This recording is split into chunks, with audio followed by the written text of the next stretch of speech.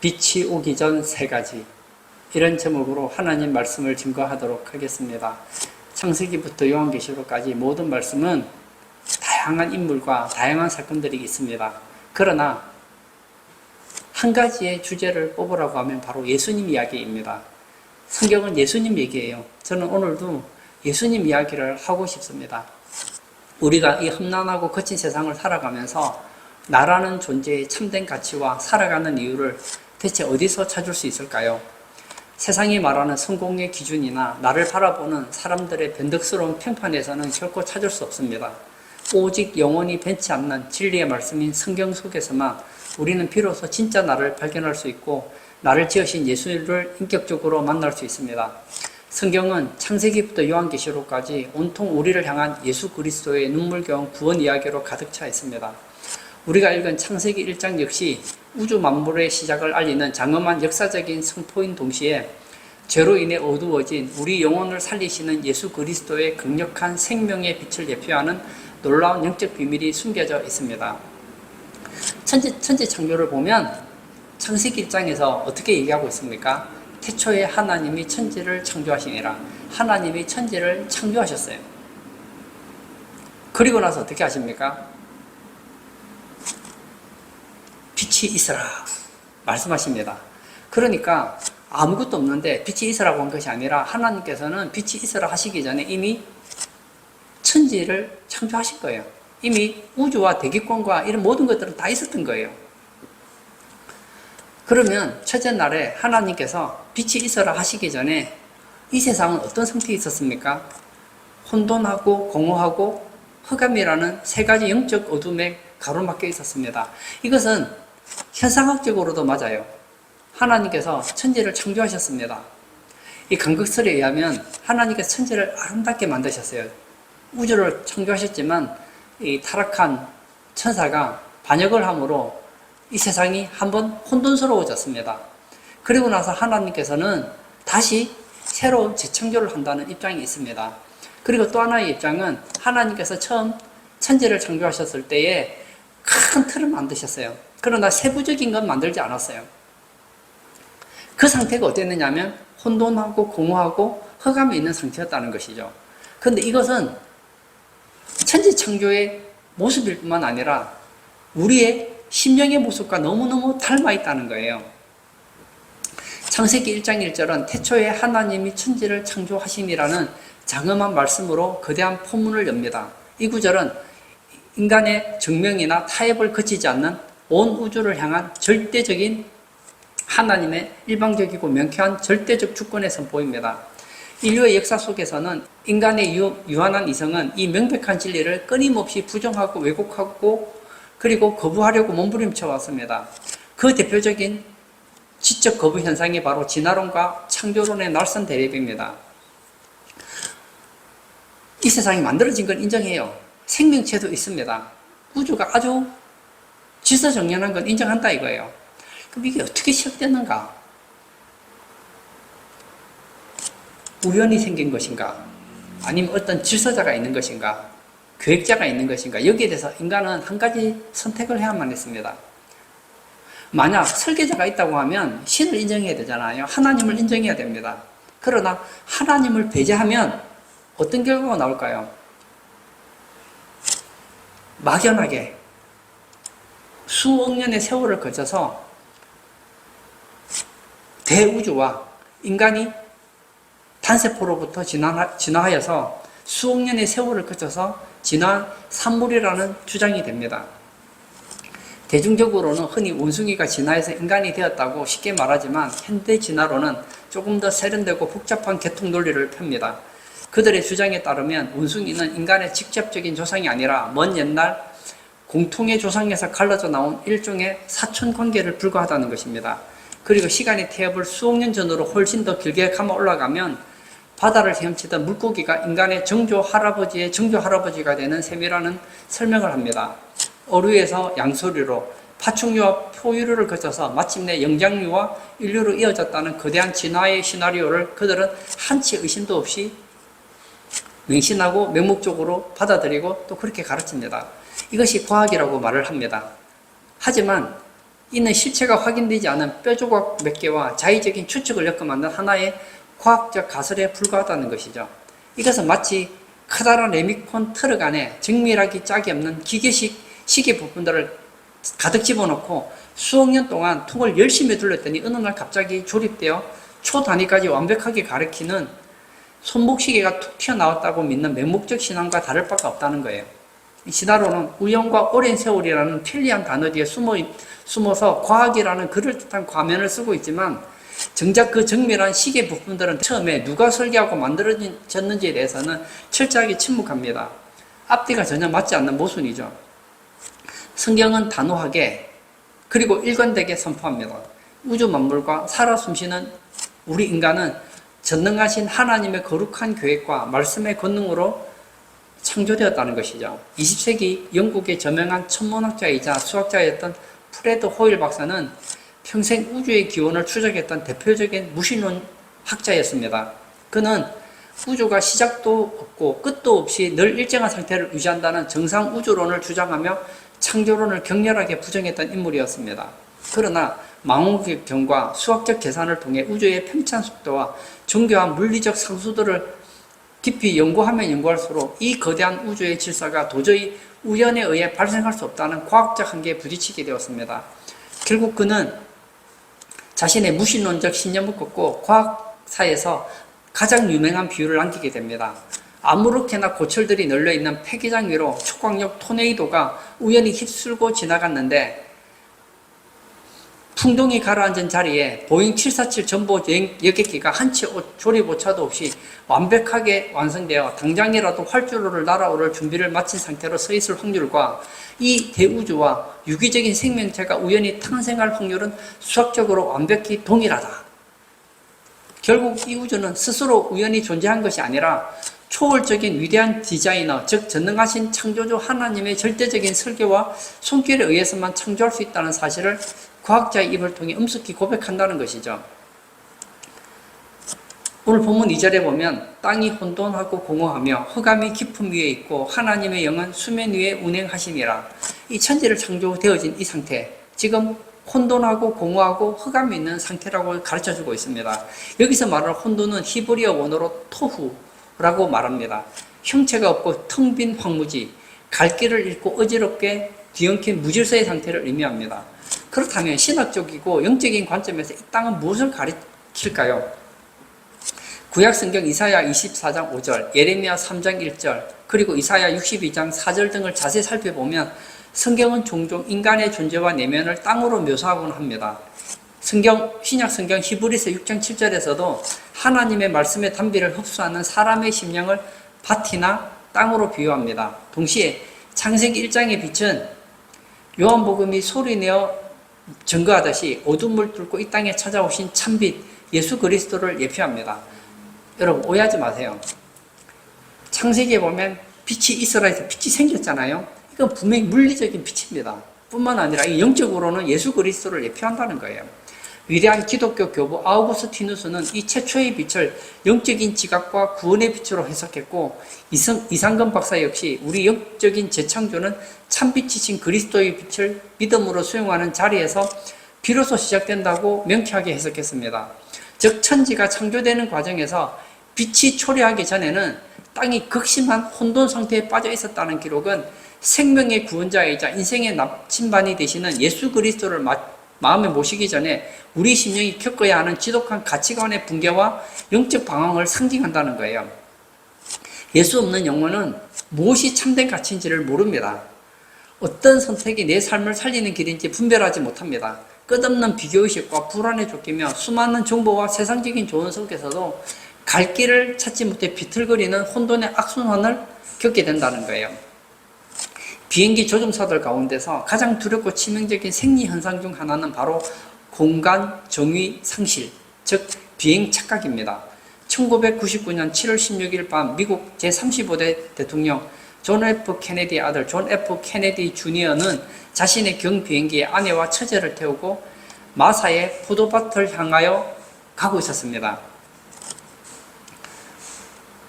계기판 비행 자격이 아직 없었던 것은 오직 눈에 보이는 자연 지평선에 의존해서 비행하는 가시 비행을 하고 있었습니다. 그러니까 하늘을 보면서 지금 운행을 하고 있었다는 것이죠. 근데 그날 밤 짙은 여름 해무와 어둠이 바다와 밤하늘의 경계를 집어삼켰습니다. 눈앞에 시각적 지평선이 순식간에 사라졌습니다. 아무것도 안 보이는 거예요. 빛이 차단되고 기준이 상실되었습니다. 그러자 그의 뇌와 전정기관은 무서운 착각을 시작했습니다. 이 비행기가 지금 바다를 향해 곤두박질치는 묘지 나선 비행을 하고 있는데 본인은 지금 빠르게 평온하게 수평 비행을 하고 있다고 착각하고 있었다는 거예요. 그래서 실제로는 이 바다를 향해서 지금 침몰하고 있는데 바다를 향해서 지금 추락하고 있는데 정작 본인은 일직선으로 잘 날아가고 있다고 생각했다는 거예요. 계속 운행을 하는데 결국 어떻게 되었을까요? 대서양으로 추락하여 탑승장 전원이 사망하고 말았다는 거예요. 기준이 되는 영적인 빛을 상실한 인생 역시 이와 같다는 거예요. 참빛을 잃어버리면 영적인 공간 정리 상실이 없어집니다.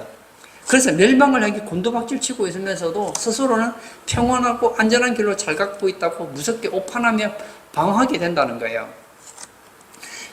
우리 주변에 보면 참 똑똑한 분들이 많은 것 같아요. 높은 수준의 학문을 탐구하고 사회적으로 선망의 대상이 되는 고위직에 오르며 남들이 부러워할 만한 부를 축적한다 할지라도 영혼을 근본적으로 치유하는 생명의 참빛을 소유하지 못하면 우리는 밤중에 아무것도 모르고 예수님을 찾아와 가슴속 고민을 털어놓았던 니고데모처럼 깊은 내면의 갈증과 혼돈을 피할 수 없다는 것입니다. 요한복음 3장에 등장하는 니고데모는 어떤 사람입니까? 유대 사회 최고의 권력기관인 산헤드린의 공회원이었습니다. 요즘으로 말하면 국회의원 정도 된다고 할까요? 율법을 철저하게 준수하던 존경받는 바리새인이었습니다. 그는 그 당시 해박한 지식이 있었습니다.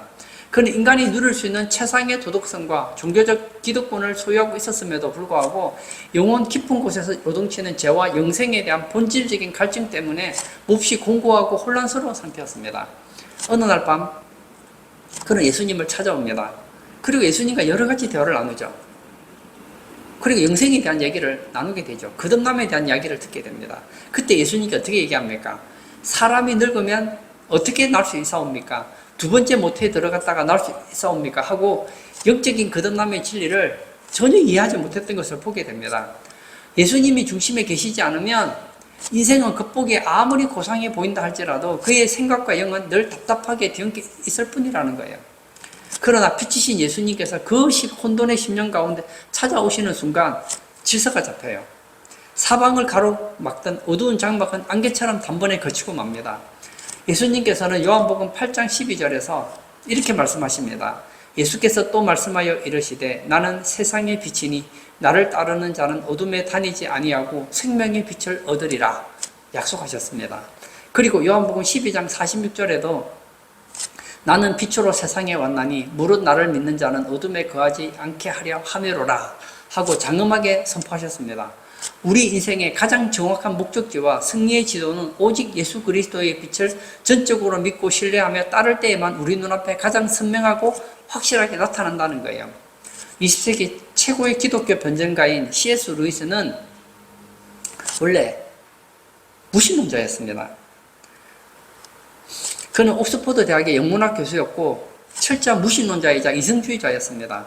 그는 신화를 사랑하는 학자였지만 기독교의 복음 역시 북유럽의 발두르 신화나 이집트의 오시리스 신화처럼 고대인들이 꾸며낸 위안용 아름다운 거짓말에 불과하다고 믿으며 사상적 혼돈에 빠져 있었습니다. 그런 어느 날 1931년 9월 19일 밤 루이스는 그의 절친이자 영문학 동료이며 훗날 반지의 제왕을 쓴 톨킨 그리고 영문학자 휴고 다이슨과 함께 대학 교정인 에디슨과의 산책로를 걸으며 새벽 4시까지 격렬한 논쟁을 벌였습니다. 톨킨은 루이스의 지적 장벽을 단숨에 깨뜨리는 명쾌한 영적 선포를 던졌습니다. 자네가 사랑하는 고대 이교의 신화들은 인간의 갈망이 담긴 파편적인 빛일 뿐이라네. 하지만 기독교는 그 신화들과 결정적인 차이가 있지. 바로 실제 역사적 시공간 속에 하나님이 직접 인간의 몸을 입고 찾아오신 역사가 된 참된 신화라는 사실이네.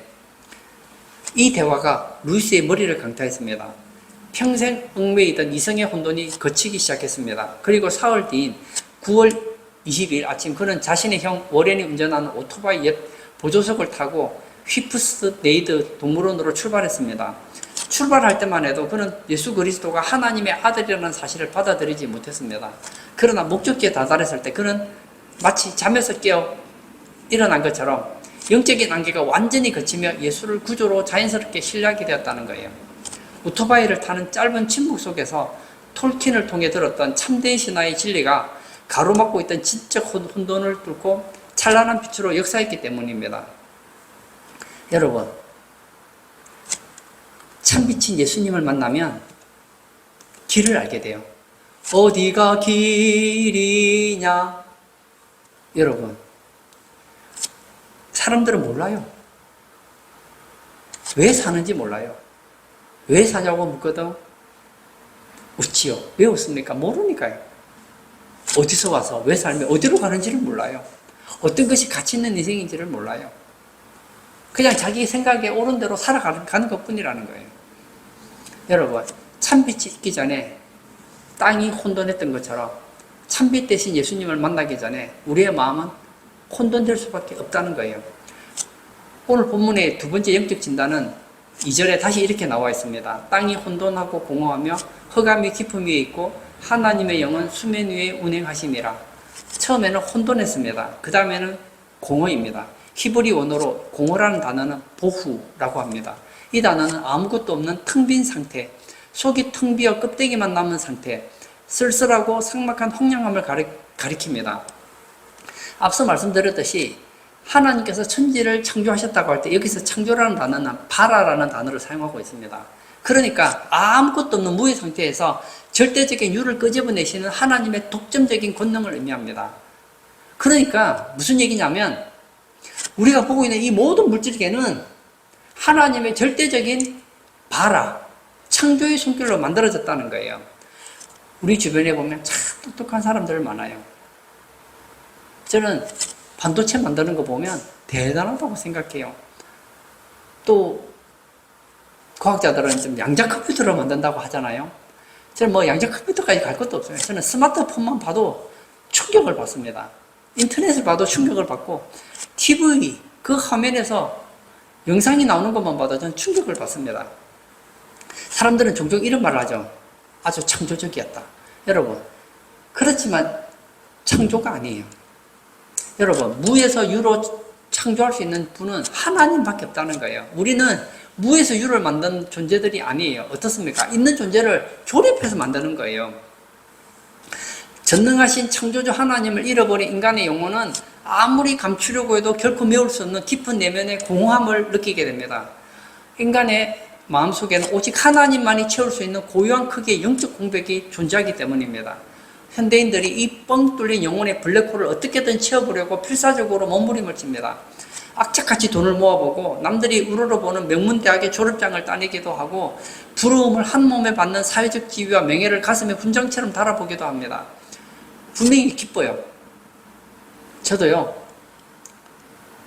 좋은 집에서 살면 기분이 좋을 것 같아요. 좋은 대학교 나왔으면 기분이 좋을 것 같아요. 모든 사람들에게 존경을 받으면 기분이 좋을 것 같아요.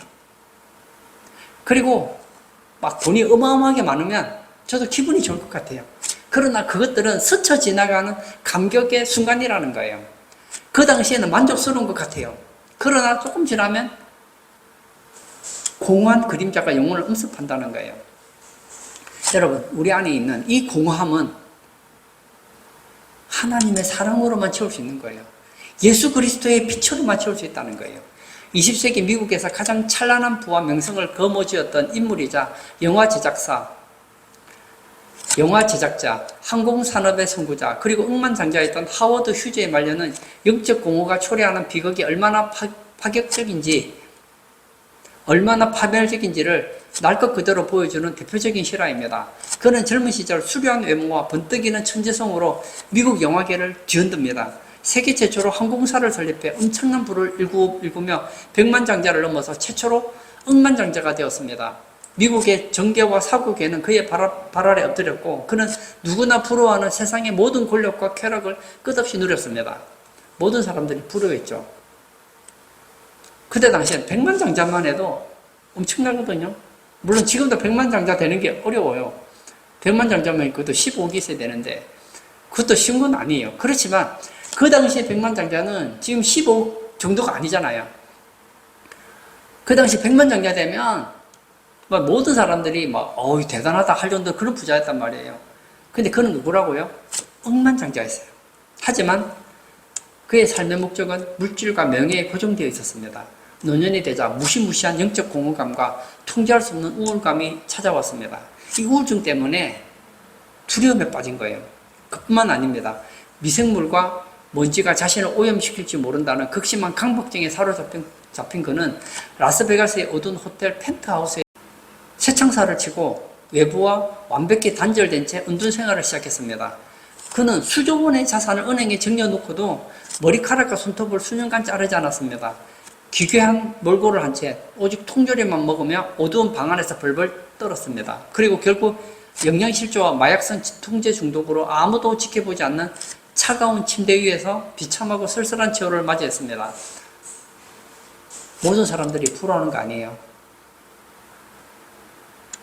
내가 100억만 있다면 100억 아니라니까요.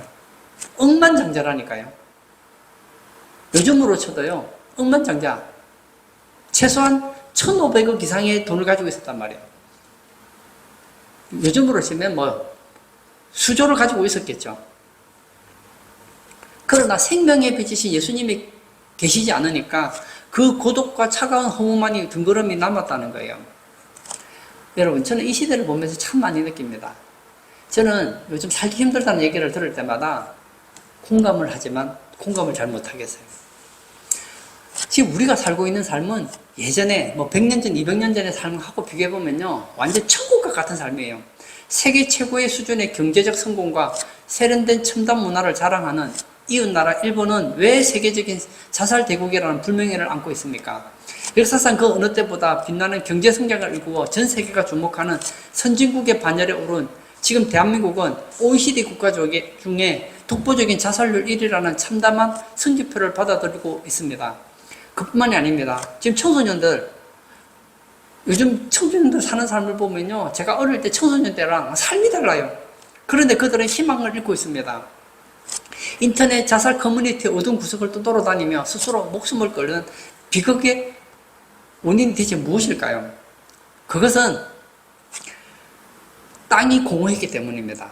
공허함, 채워지지 않는 허무함이 있는 거예요. 다시 말하면 오늘날 현대인들은 겉으로 볼 때 잘 먹어요. 덩치도 좋아요. 키도 저보다 크고 똑똑해요. 그러나 뭐가 빠져 있습니까? 영양실조인 거예요. 영적인 영양실조에 걸려 있다는 거예요. 하나님을 배제한 물질 만능주의는 필연적으로 정신적인 공허함과 자기 파괴적인 허무주의를 불러일으킵니다. 마음에 참된 빛이신 예수 그리스도가 부재할 때 인간은 스스로 생명을 놓아버리는 극단적인 선택의 벼랑 끝으로 몰리게 된다는 거예요. 그러나 이 공허한 마음에 빛이신 예수 그리스도께서 내주하시기만 시작하면 영혼을 지배하던 허무함과 슬픔은 일시간에 사라져버립니다. 하늘의 평강과 샘솟는 기쁨이 심령 깊은 곳에서부터 솟구쳐 오른다는 거예요. 한국 문학사의 가장 찬란한 거장이자 가난하고 소외된 자들의 친근한 벗이었던 구상 시인은 평생 예수 그리스도의 십자가 참빛을 중심에 품고 영원한 삶을 살아냈던 위대한 그리스도인이었습니다. 그는 젊은 시절 천재 화가 이중섭과 깊은 예술적 교감을 나누며 인간 존재의 심오한 고뇌와 본질적인 공허함을 일찌감치 뼈저리게 통감했던 인물이었습니다. 세상의 영예나 권력의 헛됨을 일찍 깨달은 그는 역대 정권의 끊임없는 장관직 제의나 국회의원 공천 등의 행위를 단호하게 거절하며 평생 가난한 문인의 길을 고집했습니다. 그는 평생 고질적인 폐질환으로 투병하면서도 자신에게 들어오는 적지 않은 인세와 원고료, 심지어 노년의 전 재산을 가난한 장애인 단체와 소외된 이웃들에게 아낌없이 조용히 기부했습니다. 그는 그의 유명한 신앙시 오늘에서 나는 오늘부터 영혼을 산다라고 당당히 고백했습니다. 여러분, 내가 지금 폐환자예요. 고질적인 폐로 고통을 당하고 있어요. 어려워요. 그런데도 뭐라고요? 나는 오늘부터 영혼을 산다. 그는 죽음이라는 거대한 그림자 앞에서도 위축되거나 허무해하지 않았습니다. 부활의 신비를 온몸으로 증거했습니다. 그는 평화로운 인종을 맞이했습니다. 왜 그럴까요? 하워드 휴즈는 구상 시인보다 훨씬 더 부자고 존경을 받았는데요. 그렇지 않다는 거예요. 혹시 여러분 심령에 메마른 빈자리가 있지 않습니까? 분명히 칭찬을 들었어요. 맛있는 것도 먹었어요. 공부도 잘해요. 월급도 많아요. 집도 있어요. 돈도 많아요. 가족도 있어요. 부족한 게 없는 것 같은데 뭔가가 허전하지 않습니까? 왜 허전할까요? 하나님만이 채울 수 있는 공간을 다른 것으로 채우려고 하기 때문입니다. 요즘에 날씨가 좀 덥잖아요. 제가 더울 때 냉장고에 문을 열고 시원한 물을 마시면 갈증이 순식간에 사라집니다. 그런데 제가 목이 너무너무 맑아요. 그래, 이 갈증을 해결해야 되겠다. 그리고 막 달리기를 하는 거예요. 내가 달리기를 열심히 하면 갈증이 사라질 거야. 사라집니까? 아니야. 내 이 목마름을 제거하기 위해서 나는 돈을 더 벌어야 돼. 막 그래 열심히 일을 합니다. 일을 하는 거 나쁘다고 생각하지 않아요. 그러나 그래서 목마름이 사라지지 않습니다. 내가 이렇게 목마른 것은 가족을 사랑하지 않아서야. 그리고 아내와 자식들과 사랑의 대화를 나눕니다. 사랑의 대화를 나누는 건 참 좋은 거예요. 그러나 여러분, 인체에 수분이 부족한 것은 수분으로만 채울 수 있는 거예요. 영적인 갈증은 하나님으로만 채우는 거예요. 빛이신 예수님, 하나님의 빛이 우리 심령에 임하지 않으면 우리는 여전히 공허할 수밖에 없다는 것입니다. 세 번째, 2절을 다시 한번 더 읽어볼까요? 땅이 혼돈하고 공허하며 흑암이 깊음이 있고 하나님의 영은 수면 위에 운행하시니라. 흑암이 깊음이 있다고 했습니다. 하나님이 빛을 만드시기 전에, 빛이 있어라 말하기 전에 세상은 어땠다고요? 흑암이 깊음이 있었다는 거예요. 오늘 본문에 나오는 이 깊음이라는 단어의 히브리어 원어는 테홈이라는 단어입니다.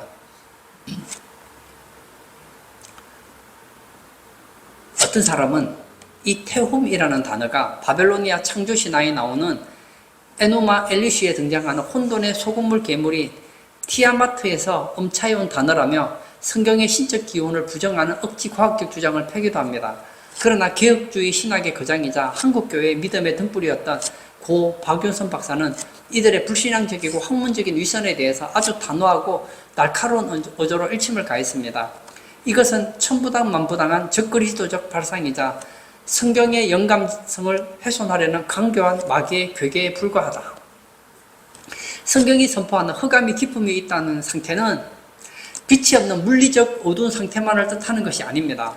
이것은 영적으로 우리 인간의 전인격적인 죄악과 불순종, 그리고 영원한 사망의 음침한 그늘 아래에서 철저하게 사로잡혀 자포자기한 영적 죄악 상태를 적나라하게 고발하고 있다는 거예요.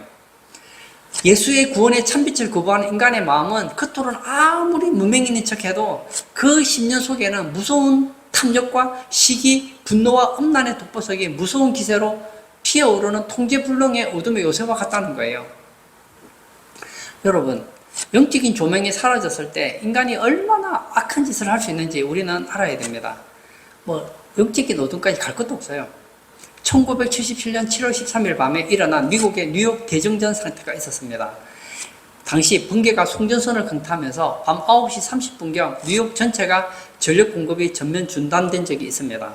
화려하게 밤거리를 수놓은 네온사인과 가로등이 일시간에 꺼져서 칠흑 같은 암흑으로 덮이자마자 불과 몇 시간 전까지만 해도 고상한 시민인 척하며 살아가던 수많은 대중의 본성이 무섭게 변하기 시작했습니다.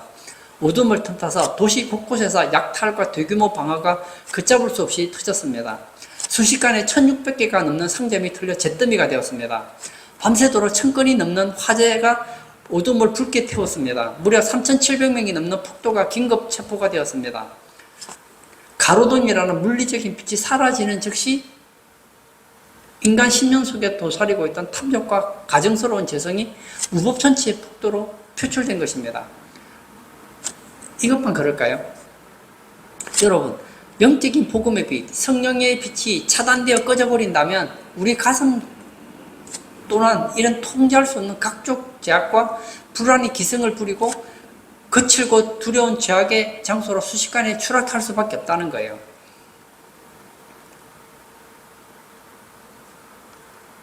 병원에 아프면 엑스레이를 찍지 않습니까?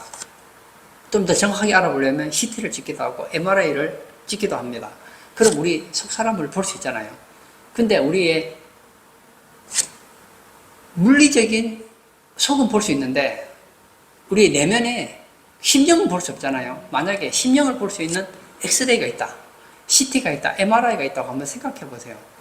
여러분의 그 심령을 찍으면 뉴욕 대증전 사태 그 사람과 여러분 다르다고 확신할 수 있습니까?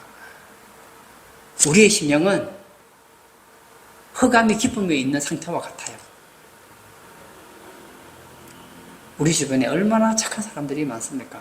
제가 볼 때 저보다 윤리적이고 바르게 사는 사람들이 많아요. 인정합니다. 그렇다고 해서 그분이 흑암이 없다는 말은 아니에요.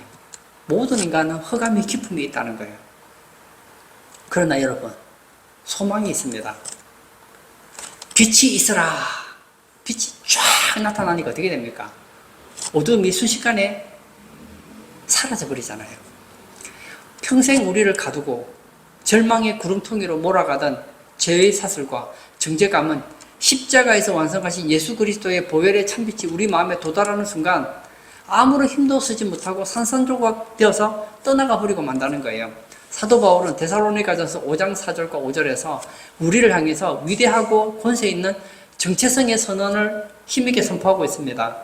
형제들아 너희는 어둠에 있지 아니하며 그날이 도둑같이 너희에게 임하지 못하리니 너희는 다 빛의 아들이요 낮의 아들이라. 우리가 밤이나 어둠에 속하지 아니하나니. 우리는 누구라고요? 우리는 빛의 아들이고 낮의 아들이라는 거예요. 우리는 하늘나라의 존귀하고 당당한 왕가의 자손이자 빛의 자녀가 되었습니다. 저는 세상 사람들 보면 불쌍해요. 저보다 똑똑한 사람 많아요. 저보다 부자도 많아요. 저보다 잘난 사람도 많아요. 저보다 착한 사람도 많고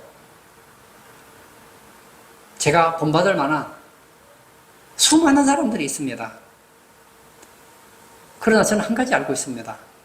참빛 대신 예수님을 만나기 전에 그들의 심령은 흑암이 기쁨이 있다는 거예요. 죄의 사슬에서 빠져나갈 수 없다는 것입니다. 제가 가끔씩 불을 끄고 이제 있을 때가 있잖아요. 그러면 밤에 화장실을 가려고 이제 방에서 화장실을 향해 갑니다. 가다 보면 캄캄할 때가 있어요. 그러면요, 집인데도요, 무서울 때가 있더라고요. 달라진 건 없어요. 예전에 제가 어릴 때죠. 그때는 불을 끄면 막 칠흑같이 어두워요. 볼일 보려고 일어나는데 검은 물체가 보고 있으면 깜짝 놀라요. 혹시 도둑이 온 건 아닌가? 근데 자세히 보면 아니에요. 그냥 옷이에요. 보면 별거 아니에요. 장난감이에요. 근데 막 어둠에 있으니까 두려운 거예요. 제가 어릴 때 학교를 다니잖아요. 그러면 낮에는 학교 다니는 게 무섭지가 않아요. 달라진 건 없어요. 밤이 되고 제가 어릴 때는 뭐 그렇게 뭐 가로등이 있고 이러지 않았거든요. 밤이 되면 캄캄해요. 그러면 어머니께서 영환아, 저 시장에 가서 뭘 좀 사와라. 낮이면 아무 문제가 없는데 밤에 가려고 하면요, 왠지 무서운 거예요. 왜? 어두우니까요. 달라진 건 없어요. 빛이 있느냐 없느냐의 차이일 뿐이에요. 그러나 그 어둠을 다닐 때 제가 두려워하지 않을 때가 있었습니다. 혼자 가면 두려워요. 근데 아버지랑 같이 가면 어둠이 두렵지가 않은 거예요. 지금 생각해보니 아버지라고 해서 뭐 깡패가 나타나면 깡패를 이길 것 같지도 않고, 그리고 만약에 뭐 무서운 동물이 나타나면 아버님이 뭐 동물이랑 싸워서 이길 것 같지도 않아요. 그냥 아버지가 있는 것만으로 힘이 되더라고요. 예수님을 영접하는 순간 우리는 하나님의 자녀가 돼요. 하나님의 천사가 우리를 도와줘요. 더 이상 어둠 가운데 살 필요가 없다는 거예요. 결론을 짓고자 합니다. 하나님께서는 천지를 창조하시고 첫째 날에 빛이 있어라 하고 빛을 만드십니다. 그러나 여러분, 우리 아시죠? 그 빛이 있기 전에 땅은 어땠습니까? 혼돈하고 공허하고 흑암의 기쁨이 있었습니다. 이것은 물리적으로 맞습니다. 현상적으로 맞아요. 그뿐만 아니라 이것은 인간의 심령을 나타내고 있다는 거예요. 참빛 대신 예수님이 오기 전에 우리의 심령은 혼돈하고 공허하고 흑암의 기쁨이 있는 상태와 같다는 거예요. 여러분이 아직 예수님을 믿지 않는다면 여러분의 인생은 혼란스러울 것입니다. 예수님을 믿지 않는다면 여러분의 심령은 텅 비어 있을 것입니다. 예수님을 믿지 않는다면 여러분은 죄의 어둠에 사로잡혀 있을 것입니다. 예수님을 믿어도 마찬가지예요.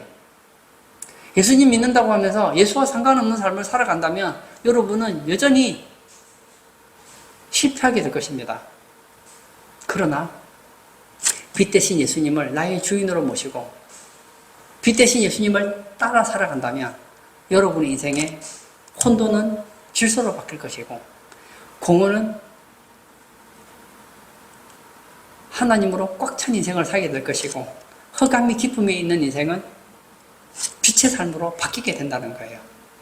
우리 모두 예수님을 주인으로 모시고 예수님을 우리 인생의 참빛으로 모시고 그분을 따라 살아감으로 말미암아 우리 인생에 혼돈과 공허와 흑암이 없는 복된 인생 다 되시기를 축복합니다. 이 시간 한번 같이 기도하기를 원합니다. 여러분, 나는 예수 믿는데 왜 내 인생은 혼돈스러울까? 나는 예수님 믿는 것 같은데 왜 공허할까? 나는 예수님 믿는데 왜 흑암이 있을까? 여러분의 인생에 예수님을 몰아내고 있지는 않습니까? 예수님을 주인이라고 말을 하지만 예수님을 참빛이라고 말을 하지만 참빛 대신 예수님을 거부하고 어둠을 더 좋아하는 것 아닙니까? 이 시간 기도할 때 참빛 대신 예수님을 모셔드리고 예수 중심으로 살아감으로 말미암아 혼돈이 질서로 공허가 꽉 찬 인생으로 어둠이 광명의 삶이 되게 해달라고 우리 다 같이 기도하도록 하겠습니다.